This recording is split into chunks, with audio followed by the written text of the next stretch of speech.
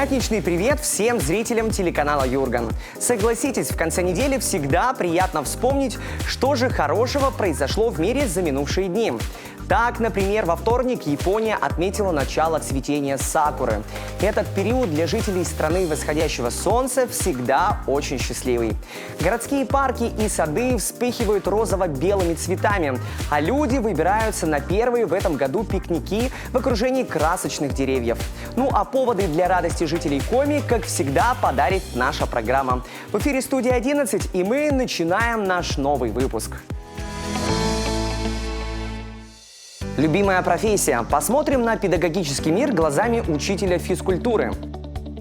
Возможности без границ. В Сыктывкаре проходит конкурс профессионального мастерства «Обилимпикс». В каких номинациях участники соревнуются впервые?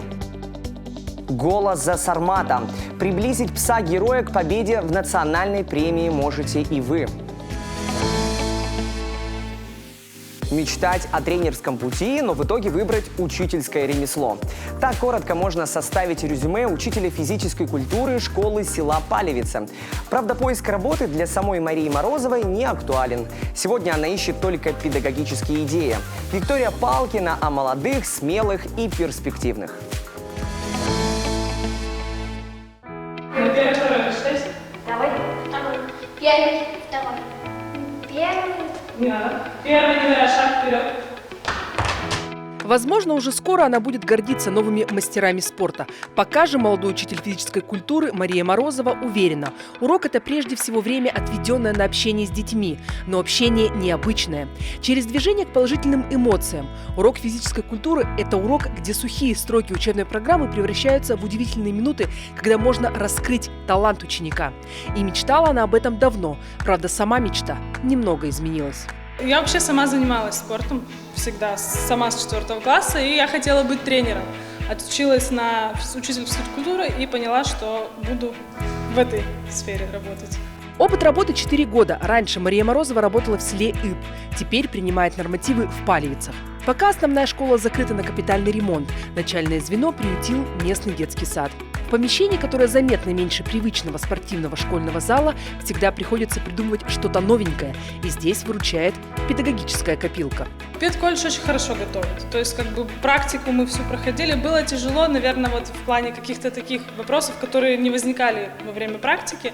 Помогали и все опытные учителя, наставники. Дать ученику возможность поверить в себя, ведь именно недостаток веры уничтожает инициативу, становится барьером для развития ребенка.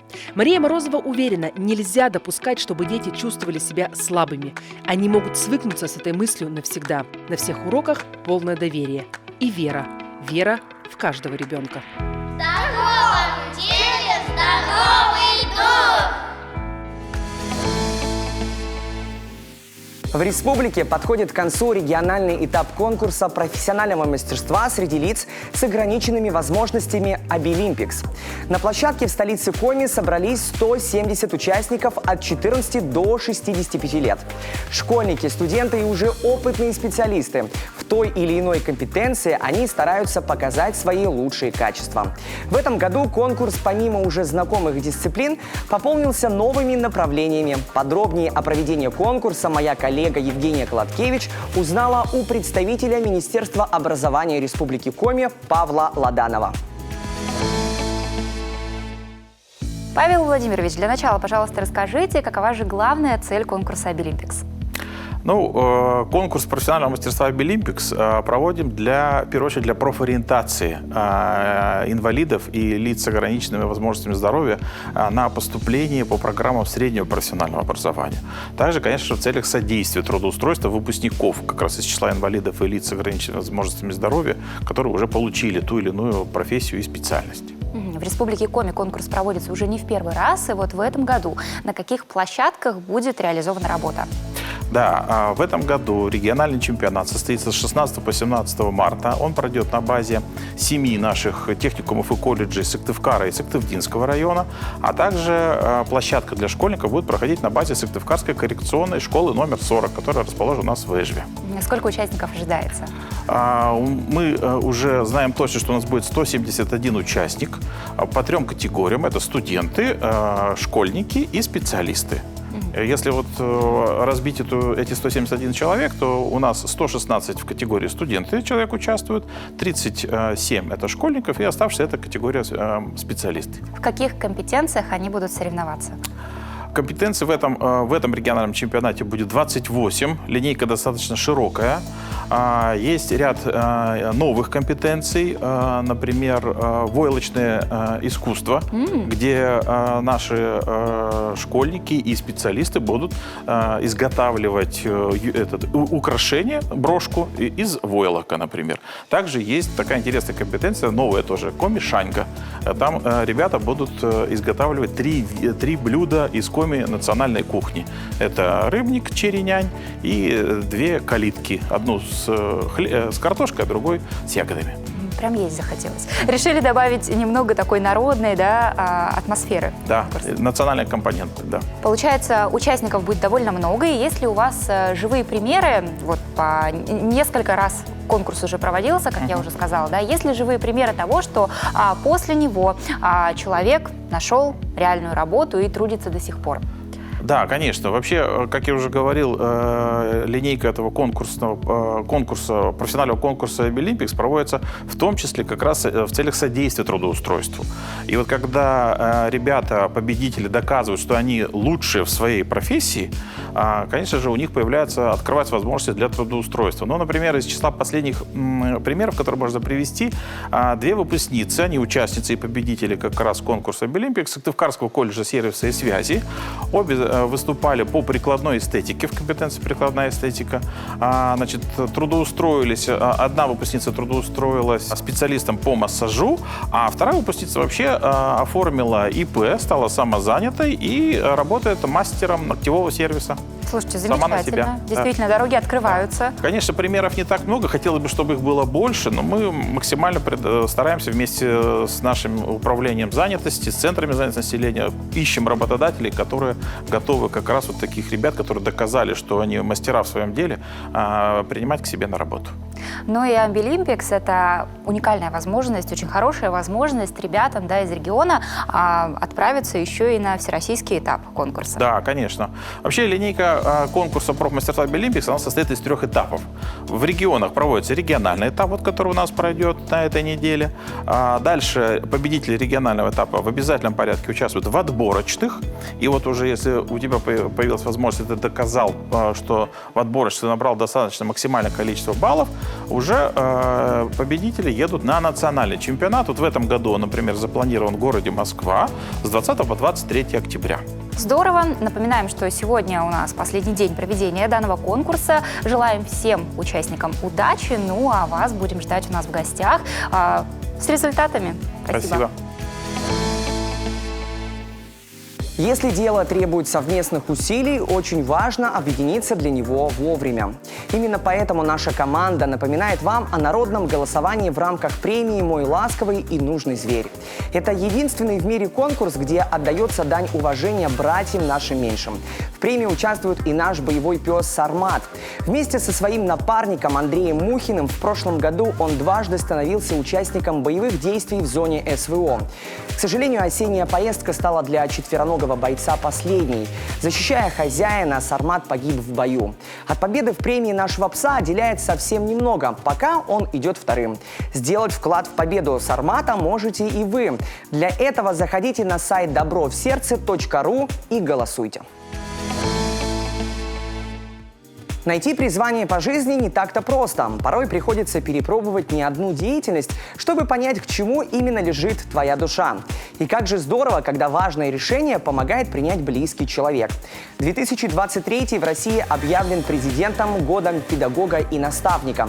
По этому случаю Юрген подготовил специальный проект, в котором известные люди республики рассказывают о том, кто однажды повлиял на их выбор жизненного пути. Воспоминаниями о своем наставнике поделился и мой коллега, директор национального вещания нашего телеканала Александр Пивкин.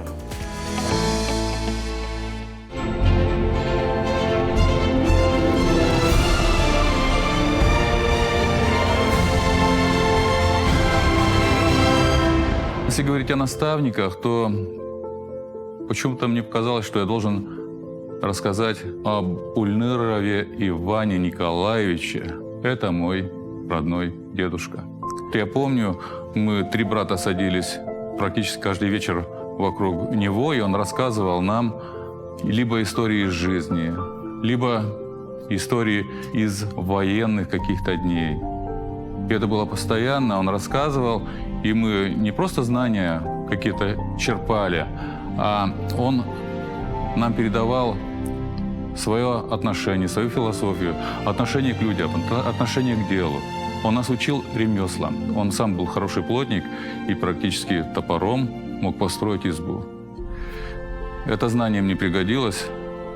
Забегая вперед, я скажу, что я действительно построил дом, и благодаря тому, что он меня научил. Он передавал нам еще и отношение. Отношение к науке, отношение к знанию. То есть, если ты чего-то хочешь добиться, ты сначала учишься этому. И вот ты должен быть как бы достоин той цели, к которой стремишься. И вот это, наверное, самое важное, что он нам передал.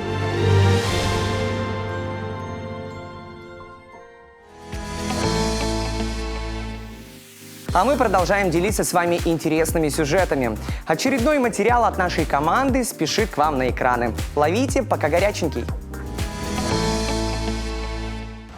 В Усинске прошли первенства Республики Коми по боксу среди юношей 13-14 лет и 14-й республиканский турнир по боксу памяти Максима Ворощака. На ринг вышли 135 боксеров из Воркуты, Инты, Печоры, Ухты, Сыктывкара, Сосногорска, Усинска, а также Карткиросского и Ударского районов нашего региона. На торжественном открытии соревнований спортсменов приветствовали глава городского округа Усинск Николай Такаев и мама Максима Ворощака, победителя городских и республиканских соревнований Галина Ворощак. Почетными гостями соревнований стали бронзовый призер Олимпийских игр в Рио-де-Жанейро, председатель правления Федерации бокса в Коми Владимир Никитин, президент Федерации бокса города Сыктывкар Эдуард Фатыхов и руководитель управления физической культуры и спорта администрации Сыктывкара Михаил Дудников. А мы тем временем добрались до экватора нашей программы. Студия 11 продолжит свое вещание после короткого перерыва. Не переключайтесь, будет еще интереснее.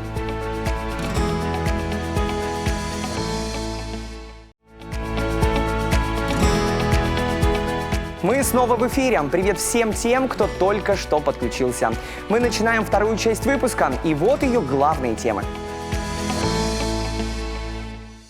Лексика ГУЛАГа. Какие слова в свое время родились за стенами концлагерей? Робин Гуды Республики Коми. Расскажем о плюсах спортивной стрельбы из лука. Любая черная полоса когда-то заканчивается. Как помочь себе в сложный период, расскажет психолог. В современной разговорной речи мы нередко используем слова, которые родились в недрах архипелага ГУЛАГ. Тусовка, вкалывать, в ажуре, отдуваться. Словарь таких слов составил журналист, писатель, политзаключенный Леонид Городин. Всего в лагерях и ссылке он провел 15 лет, причем большую часть этого срока отсидел в Воркуте. О судьбе Леонида Городина наша программа узнала подробнее на выставке «Мифы большого террора» в Национальном музее Республики Коми. На этой фотографии Леониду Городину 21 год. Она была сделана в 28 году, когда он был арестован в первый раз за распространение завещания Ленину. Так называли письмо Ленина съезду, где он давал такую отрицательную характеристику Сталину и как человеку, и как политику. Всего Леонид Городин был арестован 4 раза. Последующие сфабрикованные обвинения воплотились для Городина в годы ссылок и 8 лет заключения, проведенные в лагерях Коми АССР. Из Воркуты он смог уехать в конце 50-х, а полной реабилитации добился в 90-е. В Свердловске, куда Городин перебрался из Заполярья, он печатал статьи в газете «Уральский рабочий», а вот рассказы о жизни за колючей проволокой писал исключительно в стол, без права публикации. Тогда же Леонид Городин начал собирать словарь лагерной лексики, над которым трудился 20 лет. Книгу издали только в 2021 году. За это важное дело взялся Музей истории ГУЛАГа в Москве. Этот словарь передал сын Леонида Городина Борис Дубов. Чем знаменателен этот словарь? Почему мы обратили на него внимание? Дело в том, что, с одной стороны, этот словарь составлен бывшим заключенным Воркутинского лагеря Леонидом Городиным. С другой стороны, этот словарь, он состоит из слов, которые мы с вами сегодня употребляем в нашей обычной разговорной речи и совершенно не задумываемся, откуда и как эти слова к нам попали в нашу речь. Более того, некоторые из этих слов даже используются в литературе. Ну, например, как тусовка, которая в лагере обозначала драка, а мы сейчас совершенно в другом смысле употребляем это слово. Если мы откроем словарь на букве «А», то увидим, к примеру, слово «Алжир». В эпоху сталинских репрессий оно означало вовсе не страну. Акмолинский лагерь жен изменников Родины, сокращенно «Алжир», разговорное название спецотделения Карагандинского ЭТЛ в Казахстане, крупнейший женский лагерь эпохи Большого террора. Одно из слов, которое мы знаем и употребляем в современной разговорной речи, является слово «малолетка». Оно также включено в словарь Городина. Это слово родилось в сталинских лагерях в середине 30-х годов. Со словом «малолетка» связана витрина о семье Ильиных, разрушенной в 30-е годы. Отца расстреляли, 2 малышей поместили в детские дома, мать и старшего 16-летнего сына Владимира этапировали в места не столь отдаленные. По специальному распоряжению наркома внутренних дел Ежова все дети репрессированных родителей, осужденных как изменники Родины, подлежали специальной проверке на свои антисоветские, на наличие антисоветских взглядов. И вот, видимо, Володя Ильин, которому было уже 16 лет, чем-то не понравился следователю. Возможно, во время разговора он стал защищать своего отца. В результате Володю осудили на 5 лет лагерей, и он был отправлен в Сибирский исправительно-трудовой лагерь в зону малолеток. Младший Феликс отправлял маме в лагерь рисунки и письма. Одно из них есть на выставке. Каждая строчка детского послания начинается со слова «мама». «Мама, напиши, сколько мне лет. Мама, вышли мне свою фотокарточку. Мама, а где сейчас папа? Мама, я так хочу тебя видеть». То есть видна тоска ребенка по родному дому, по родителям, по маме. После освобождения Мария Марковна нашла младших детей, о судьбе старшего стало известно только в 80-е. Владимир умер в сибирском лагере от голода в годы Великой Отечественной войны. Личные истории Леонида Городина, семьи Ильиных и других политзаключенных можно узнать на выставке «Мифы Большого террора». На экспозиции представлено 6 коллекций из 2 музеев – истории ГУЛАГа в Москве и Национального в Республике Коми. В ближайшие выходные в регионе пройдут разные спортивные события. Среди них соревнования по одному очень интересному виду спорта – стрельба из лука. На них соберутся Робин Гуды со всей республики. У кого наибольший шанс попасть в яблочко и вообще, как у нас в республике развивается этот вид? В нашей студии Владимир Торопов, президент Федерации стрельбы из лука Республики Коми. Владимир, добрый день. Здравствуйте. Вообще, откуда пришло вот это направление и почему вот вы решили заняться вот этой стрельбой из лука? История долгая, может быть, не совсем интересная, но началась стрельба из лука в Республике Коми именно как спортивное направление с арбалета. То есть моему другу подарили арбалет, мы начали из него стрелять, как бы со временем стало скучно. Мне захотелось более сложного, и я взял себе блочный лук, сразу блочный. Часто ли вот у нас проходят в республике, в Сыктывкаре, такие соревнования? На данный момент проходят 9 соревнований за год. То есть это много или мало, вот, как считаете? Ну, для Республики Коми этого достаточно. То есть для того количества спортсменов, которые есть, этого сейчас достаточно. То есть этот спорт в Республике Коми активно развивается, можно сказать? Он только начал развиваться, да. То есть федерация у нас молодая, да, нам всего 5 лет, но за эти 5 лет мы уже достаточно многого добились, и спортсмены только подтягивают. А у вас даже федерация, вот я вижу логотип на вашем. Да, то есть как именно разговор был про федерацию, что федерации 5 лет, потому что стреляли из лука в Республике Коми 100 лет назад. Просто там задачи были другие. Да, там были задачи. Вот мы сейчас вместе с нашими телезрителями можем посмотреть на вот этот прибор. Что это такое, как называется? Так, данная вот штуковина называется блочный лук. То есть это один из отдельных дивизионов луков. То есть их всего 3. То есть это традиционные луки, то есть то, из чего стреляли испокон веков. Их много разных видов, но дивизион один – традиционные луки. То есть то, что было раньше. Дальше есть классические луки, это то, из чего стреляют на Олимпийских играх. То есть это некая стандартизированная модель, да, как бы. И вот третий дивизион – это вот блочные луки. То есть тут уже подключается механика другая. Легко ли научиться стрелять вот из лука? Это же вот прям целая машина, можно сказать. Ну, давайте не будем ориентироваться конкретно на этот лук, потому что это лук уже у сборника Республики Коми. То есть это уже профессиональный спортсмен, который ездит на соревнования российского уровня, да, и борется с чемпионами мира. Все начинается с малого, то есть все начинают с маленьких, легких, простых луков. Поэтому стрелять из лука может практически каждый. А вот попадать нужно уже учиться. То есть попадать в мишень, да, или же в яблочко, кому как интересно. По факту легко научиться. Все зависит только от желания. То есть даже само по себе здоровье, оно не сильно препятствует этому. Какие виды луков вы используете при стрельбе? Вот, например, вы лично. Ну, я конкретно стреляю и из традиционных луков, и из классических, и из блочных. А что легче? Из чего легче? И из чего сложнее? Легче натянуть и стрельнуть, естественно, традиция. Да? А вот сложнее именно добиться каких-то спортивных достижений, спортивных результатов. Это блочный лук. Вот этот вид спорта, эта деятельность, она кропотливая, монотонная, то есть нужно прям вот себя где-то контролировать и так далее? Или вот прям с легкостью это можно выполнять? Усидчивость нужна вот тут вот? Тут нужно очень много самоконтроля, потому что, ну, если сравнить с другими видами спорта, да, там, например, бегун вышел на короткую дистанцию, собрался там на 15-20 секунд, выполнил упражнение, все, может отдыхать. Лучник находится на огневом рубеже от 2 часов. То есть это соревнование на психологию. Например, на соревнованиях самых простых лучник должен сделать 60 выстрелов. То есть он сделать может идеально 20 выстрелов, а потом начинает нервничать и начинает косячить. И эти косяки он уже не сможет исправить. То есть он не сможет их нагнать, например, там, выбить вместо десятки 20-ку одной стрелой, не получится. То есть каждая его ошибка это минус, его догнать не получится, поэтому да, сложно. Вот сейчас нас смотрит вся республика, а у многих наверняка вопрос возник. С какого возраста можно научиться стрелять из лука и вот заниматься? Но тут опять же зависит от задач. То есть если в качестве физической культуры, развития каких-то определенных навыков, то можно и с 6 лет.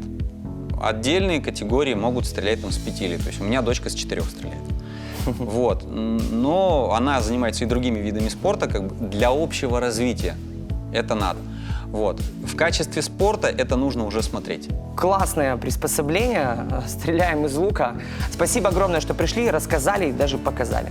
Пожалуйста. Порой каждый из нас переживает сильные эмоциональные потрясения. Иногда кажется, что черная полоса изрядно затянулась. Неприятность влечет за собой новую беду, и выбраться из этого состояния уже не представляется возможным. В таких случаях, говорят специалисты, у человека может возникнуть эмоциональная смерть. Звучит понятие страшно, однако выход из этого состояния есть. Какой, расскажет специалист. Так что же такое эмоциональная смерть? Это особое психическое состояние, которое связано прежде всего с нашими установками. То есть это некие ментальные такие посылы себе вследствие определенных причин. Но как можно определить, есть ли у вас предпосылки к такому состоянию? Во-первых, это будут особые речевые стратегии, в которых будет слышаться какой-то драматизм и абсолютизм. Все плохо, за что мне это, почему все так. То есть некое обобщение. Кроме того, это очень удобная тактика оправдать свое поведение. Какие последствия этого психического состояния? Депрессия, потеря в доходах, утрата привычного круга общения, ну и упущенные возможности. Поэтому с этим надо что-то делать. Во-первых, берем ситуацию под контроль. И действительно себе признаемся в том, что что-то с нами происходит. И нужно очень хорошо поработать со своими убеждениями и установками. Задайте себе вопрос, что для вас значит эта неудача? Может быть, это вызов или ваш личный дефект? То есть это то, над чем нужно поработать, может быть, это ваша точка роста. Ну вот и все. На сегодня наше эфирное время подошло к концу. Студия 11 отправляется на поиски новых тем и сюжетов для вас. Впереди выходные, и за эти дни мы постараемся запечатлеть для вас все самые интересные моменты из жизни республики. Хороших выходных! Пока-пока!